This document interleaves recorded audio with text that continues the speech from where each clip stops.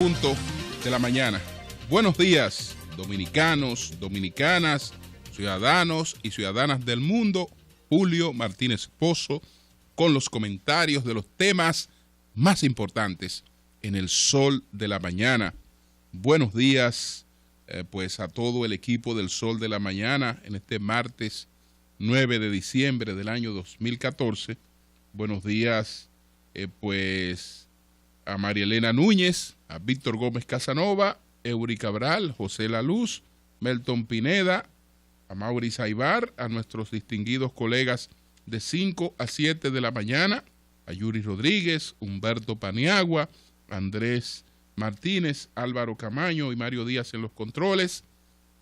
Un saludo especial en Santiago de los Caballeros para Ramón Paulino. Así late la ciudad corazón. Buenos días, Manuel González Manegonte, nuestro catedrático del sector agropecuario, a Helen Hill, nuestra productora, Sonia Patiño, nuestra coordinadora, a Joa Bernal, a todo el equipo de BTV Televisión. Buenos días a todos y a todas, con la esperanza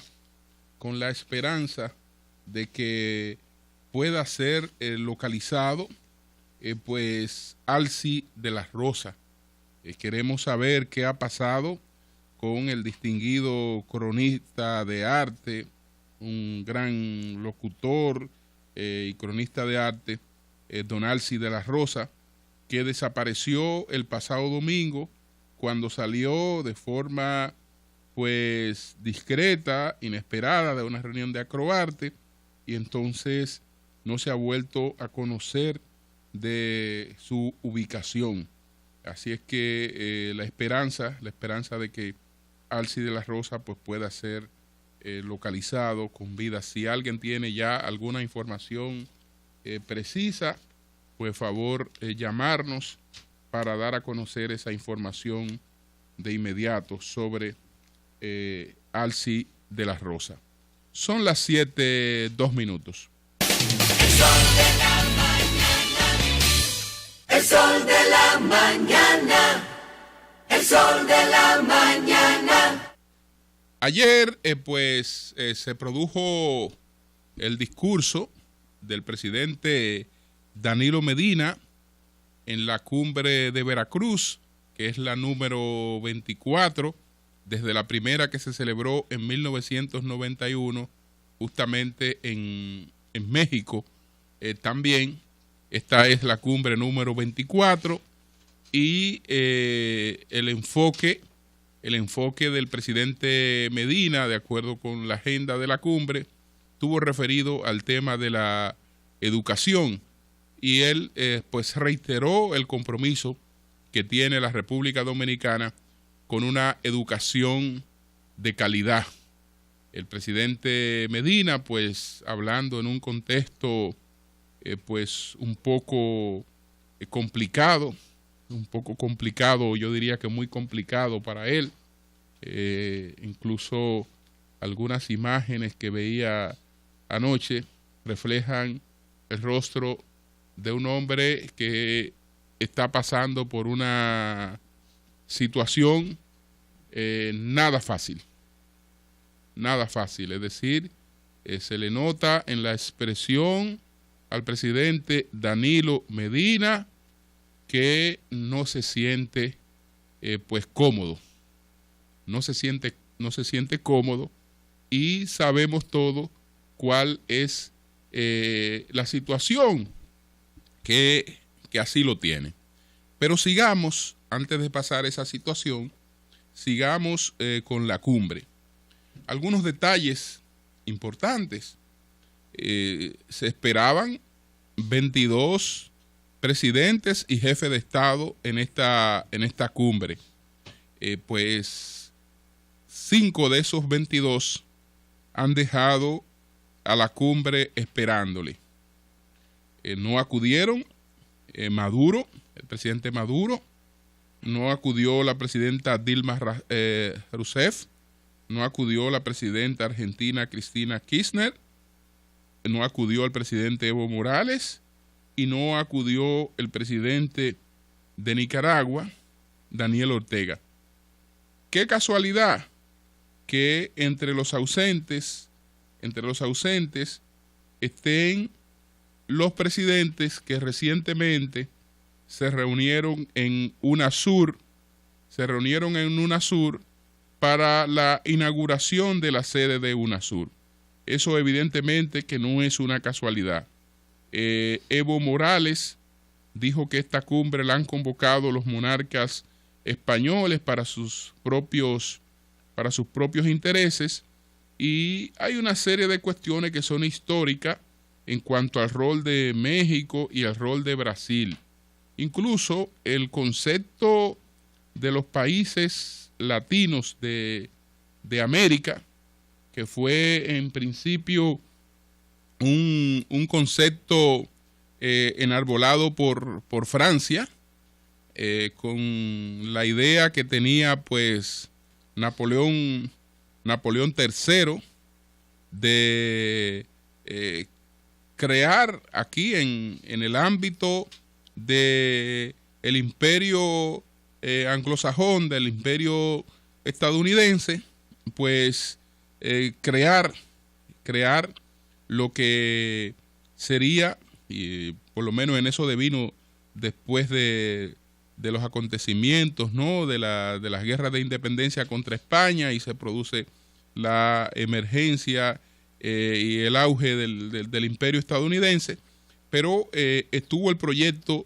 de mantener la influencia agrupando a los pueblos latinos de América, encabezados por Francia, que era el proyecto de Napoleón III, y de ahí es que surge todo este concepto, digamos, tan amplio, que se llama América Latina, y que como tal es una afición. Es una afición porque América Latina no existe como un conjunto de naciones que tengan objetivos comunes. Y no existe porque las dos naciones más grandes de ese conglomerado no se asumen a sí mismas como parte de América Latina. Tenemos por una parte el caso de México. México considera que su club es América del Norte. Tiene relaciones con América Latina porque es un mercado América Latina, y hay que tener relaciones con los mercados, comparte el idioma con la mayor parte de los países de América Latina, y hay una relación de México con América Latina, pero México se asume como parte de América del Norte. Brasil no se asume como parte del conglomerado latinoamericano, incluso eso es prácticamente ofensivo para los brasileños. Brasil, entonces, al ser la primera economía de Sudamérica, como eso se tiene Brasil, como la cabeza de la economía sudamericana. Y entonces estaremos todos los demás allí tratando de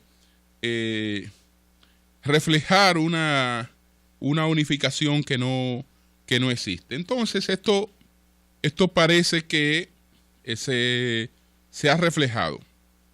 Parece que esto se ha reflejado porque hacen su reunión aparte el pasado viernes, y entonces no acuden a esta cumbre iberoamericana estos jefes de Estado. En la parte final se espera que acuda Raúl Castro. España pues ha estado en una onda de acercamiento a Cuba, y esto podría ocurrir o no. Entonces eso ha sido la cumbre. Desde el punto de vista de la asistencia de los jefes de Estado, no ha sido una de las mejores cumbres. Y desde el punto de vista de nuestro presidente Danilo Medina, fue porque tenía que ir y habló porque tenía que hablar, porque evidentemente que Danilo Medina vive un momento difícil, pero ese es el poder. Ese es el poder. No todas son cuestiones agradables. Hay situaciones que se escapan de la mano. Entonces, yo comentaba ayer y le hacía una pregunta a don Pedro, y ya que estoy hablando sobre este tema internacional, la extrañeza de que el presidente Correa, además de haber hecho una inversión, señores, 43 millones de dólares. ¿Cuántos son 43 millones de dólares? ¿Cuántos son? A mí la cuenta no me alcanza en pesos. Eso es mucho peso. 43 millones de dólares invirtió Correa en hacer un edificio que no guarda ninguna relación con las prioridades de un país que tiene situaciones elementales. Él, indiscutiblemente, en términos sociales, quienes conocemos Ecuador, sabemos que él pues ha renovado sobre todo la infraestructura vial en Ecuador. Es decir, recorrer parte de Ecuador antes y después de Correa es indiscutiblemente distinto. Ahí la infraestructura vial él la ha desarrollado la incorporación de sectores excluidos. Es una sociedad muy difícil por todas estas comunidades indígenas que quieren conservar su propia cultura, pero parte de esa cultura también es un reflejo de situaciones de exclusión. Y no es fácil, pero si fuéramos a evaluarlo a él en función de los méritos, de sus prioridades sociales, es realmente en términos sociales, él ha promovido pues el paso de miseria extrema, de pobreza extrema a pobreza y en cierta medida también de pobreza a clase media. Eso es indiscutible y por eso entonces la popularidad con la que él se ha manejado. Esa es la popularidad con la que él se ha manejado. Sin embargo, señores, la gente enloquece en el poder. La gente enloquece en el poder. Es bueno que la gente gobierne un país por un tiempo, que haga sus aportes, pero después que usted hizo sus aportes, que usted gobernó 1 o 2 periodos, o 3 periodos, como en el caso de algunos presidentes, ya está bueno. Ya está bueno. Aunque usted siga siendo un líder importante, aunque usted siga teniendo toda la incidencia que tiene, ya está bueno. Renovación, porque eso es lo que evita que usted se endiose. Porque para usted tomar 43 millones de dólares, no importa todo lo bueno que usted haya hecho por un país, para usted construir un edificio, para usted pretender tener de que una ONU sureña de los países del sur y tenerla usted para que cada cierto tiempo allí vayan a darse reuniones que se dan sin ningún problema en la infraestructura hotelera, etcétera, sin ningún problema. Se dan en la infraestructura hotelera o reuniones que lo mejor es que se distribuyan, porque si son tantos países los miembros de UNASUR, bueno, lo adecuado es que una reunión un año se dé en un país, que el otro año se dé en otro país.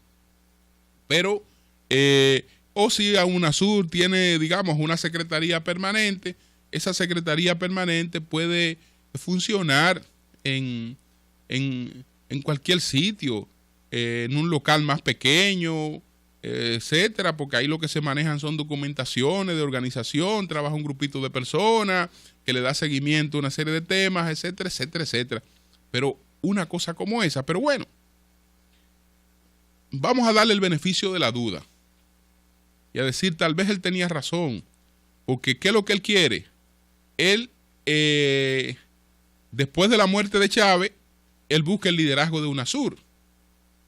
Entonces, fíjense que como Venezuela está en una situación tan difícil, y que era uno de los promotores de UNASUR, a Maduro nadie lo considera un líder de nada. Entonces es el momento de él consolidarse y de emerger y pudo haber dicho, bueno, yo haciendo esto, garantizo que estos países, cada vez que se van a reunir, tienen que venir a Ecuador, porque aquí es que está la infraestructura para reunirse, etcétera, etcétera. Y ustedes verán que eso se hizo ahí y tal vez hasta poco uso se le da. Y después tienen que emplearlo en otra cosa. O él dirá, bueno, en mi país no había un gran centro de convenciones, ya yo lo construí. Este edificio es un gran centro de convenciones, se reúnen los países de UNASUR y también entonces vamos a usarlo como un gran centro de convenciones. Vamos a darle el beneficio de la duda y a decir, esos 43 millones de dólares, ahí no le fueron quitados a escuelas, no le fueron quitados a obras fundamentales. Pero donde él botó la bola, donde él la botó de verdad, fue en el homenaje a Néstor Kirchner, que por cierto, señores, andan unas imágenes ahí en YouTube de otra cosa que ocurrió posteriormente con el presidente Correa. El presidente Correa, que es un hombre brillante, fue a dar una conferencia en Harvard, pero no se preparó. Y usted puede ser lo más brillante que usted sea, etcétera, pero por respeto al público y a la gente, cuando usted va a hacer una exposición, y más una exposición como esa, una exposición, entonces usted se dedica a trabajar lo que usted va a exponer para darle coherencia, consistencia, una serie de cuestiones, y la verdad es que también quedó muy mal, pero lo que me toca es este comentario. Entonces, en esta sede de UNASUR, un monumento a Néstor Kirchner, un monumento a la corrupción, señores, un monumento a la corrupción. Yo tengo aquí el libro de el periodista Jorge Lanata, el periodista dramaturgo argentino, que es uno de los periodistas más populares en Argentina, Jorge Lanata. Entonces, Jorge Lanata escribió un libro que se llama La década robada, datos y hechos en los años de la Argentina kirchnerista. Y aquí él expone cómo, señores, se produce el crecimiento de la fortuna de una pareja en el poder. Dice lo siguiente, entre otras cosas: la fortuna de Néstor y Cristina creció 46 veces entre 1995 y el 2010. Es decir, se multiplicó por 46. Esto es más de... La multiplicación es más de 4.567%. Nos referimos a 2 ex empleados públicos con una lejanísima actividad privada en un pequeño estudio jurídico en Santa Cruz. El primer cargo de Néstor fue en la Caja de Previsión Social de Santa Cruz a mediados de 1984. Luego comenzó su carrera política como intendente de Río Gallegos en 1987 hasta diciembre de 1991. Después fue gobernador de Santa Cruz en 1991 y 2003 y presidente hasta el 2007. Según los datos que proporcionaron los contadores del matrimonio, entre 2003 y 2012, su patrimonio pasó, entre el 2003 y el 2012, su patrimonio pasó de 7 millones a 89.300.000, lo que incluye los bienes que heredaron sus hijos tras la muerte de Néstor y significan 12 apartamentos, 6 casas, 6 terrenos, 4 locales, una camioneta, acciones, acreencias y depósitos en efectivo. Si se tienen en cuenta los inmuebles declarados, la pareja llegó a la presidencia con 5.626 metros cuadrados y a fines del 2011 contaban con 203.148 metros cuadrados. Es decir, solamente en metros cuadrados ellos tienen 36 veces más que los que tenían antes de llegar al poder. Y cuando usted se explica y busca en los detalles cómo fue multiplicándose esa fortuna y cómo fueron adquiriendo esos bienes.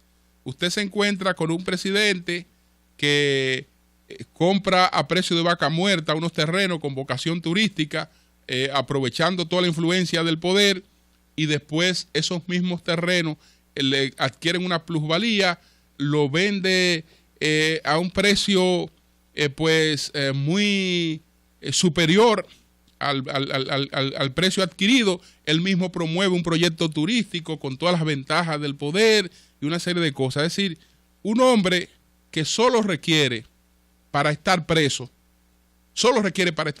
que lo coloquen ante un juez.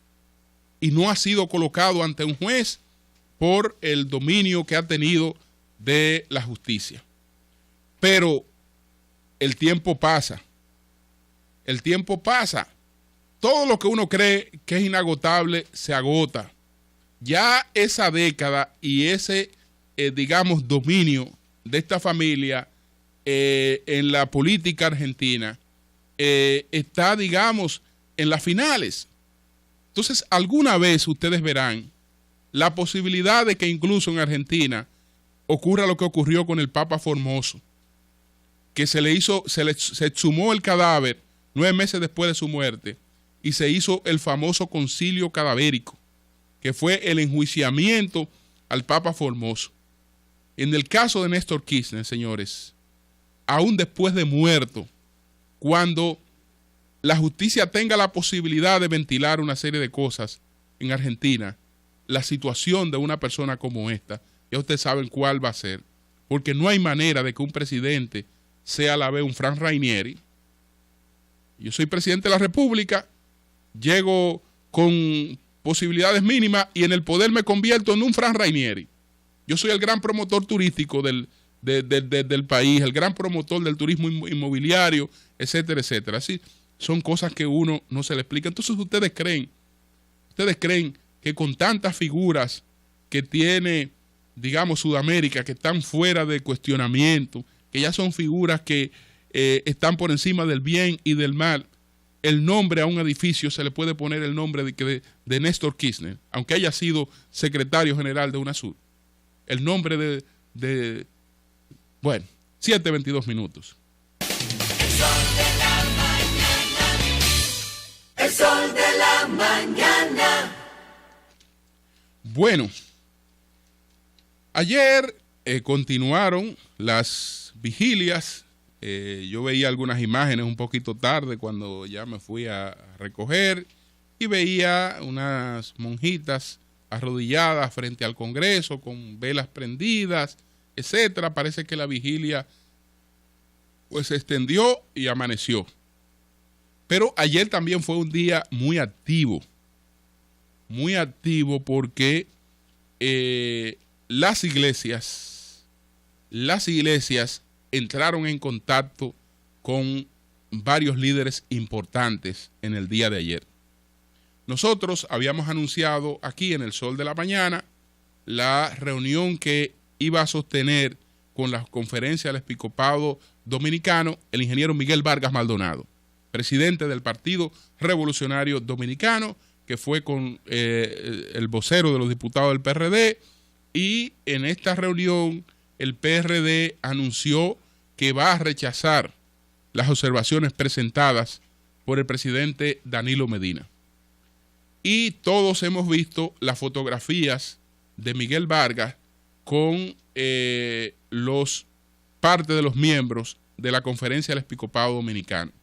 Pero no creamos que las únicas reuniones que se efectuaron en el día de ayer son las reuniones que hemos visto, las reuniones de las que se han presentado fotografías. No, ayer hubo otras reuniones también. Aparte, sé de un encuentro que hicieron 12 diputados de distintos partidos que fueron a reunirse con el cardenal. Pero además, señores, en el día de ayer, una comisión de ambas iglesias, una comisión fue a visitar al expresidente Leonel Fernández. y conversaron con el expresidente Leonel Fernández. Pero ayer mismo también la iglesia llamó a consulta al secretario general del Partido de la Liberación Dominicana y aspirante presidencial de ese partido, doctor Reinaldo Pared Pérez, que estuvo pues acompañado en esta reunión con el cardenal Nicolás de Jesús López Rodríguez y otros obispos. Estuvo acompañado por los senadores Charlie Mariotti Tapia y Amílcar Romero. Pero además hubo otras reuniones. La situación no es fácil porque el camino presenta salidas que uno no sabe cuál pueden ser. Porque si las 2/3 partes rechazan las observaciones del presidente Danilo Medina, entonces esto se verá como una derrota del presidente Danilo Medina, como una desautorización al presidente Danilo Medina, que envía unas observaciones a un partido del que es uno de los líderes importantes y la mayoría de su partido le rechazan esas cosas. Eso es difícil de ver, pero está dentro de las posibilidades. La otra posibilidad, y yo creo que ahí es que se ha concentrado la petición de las iglesias, es que no se baje línea a los legisladores y los legisladores se les deje en libertad de tomar una decisión con relación a este tema. Desde luego que si se le deja en libertad de tomar una decisión con relación a ese tema, la decisión será de rechazo amplio a las observaciones del presidente Danilo Medina. Será de rechazo amplio. Una avalancha se inicia con una sola piedra. Hay acontecimientos a veces que se producen y uno no sabe cuál será el desenlace de los acontecimientos. Eso puede y suele ocurrir en la política. Estoy seguro que cuando el presidente Medina firmó esa carta, él sabía que iba a tener algunos cuestionamientos, pero jamás se imaginó que iba a despertar esta reacción que no tiene precedentes. No tiene precedentes la reacción que ha despertado con esta cuestión, cuando en honor a la verdad, aunque en el discurso parezca que se está discutiendo un asunto que va a preservar vidas en el caso de las mujeres, eso no va a impedir los problemas que hay con relación a los abortos en la República Dominicana en lugares que no tienen las condiciones adecuadas y los riesgos de muerte a los que se exponen las mujeres. Ojalá que pudiera haber una salida en la que estas observaciones se retiren, entonces no se produciría el voto, que sería una derrota política para el presidente Danilo Medina, y se pudiera hacer una discusión un poquito más sosegada. ¿Cuál sería la preocupación? Que de todas maneras, el gobierno sale perdiendo. Cualquier salida afecta a la imagen del gobierno. O le tumban el pulso, verán que le tumban el pulso, o lo que es peor, este voto de rechazo, sin que tenga la propia anuencia del gobierno. Ahí no se evaluaron una serie de cosas. Y no se evaluaron porque, lamentablemente, el presidente Danilo Medina, en una situación conflictiva, solo escuchó a un sector.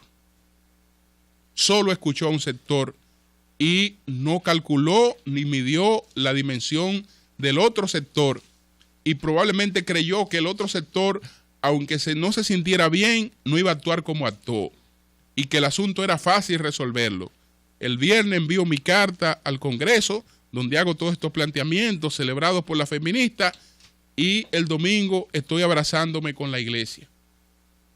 Bueno, él hizo el intento, pero el intento fue fallido. El intento fue fallido. Eso no aplacó en modo alguno la reacción de la iglesia, por el contrario. Por el contrario. Cambio y fuera, Maurice.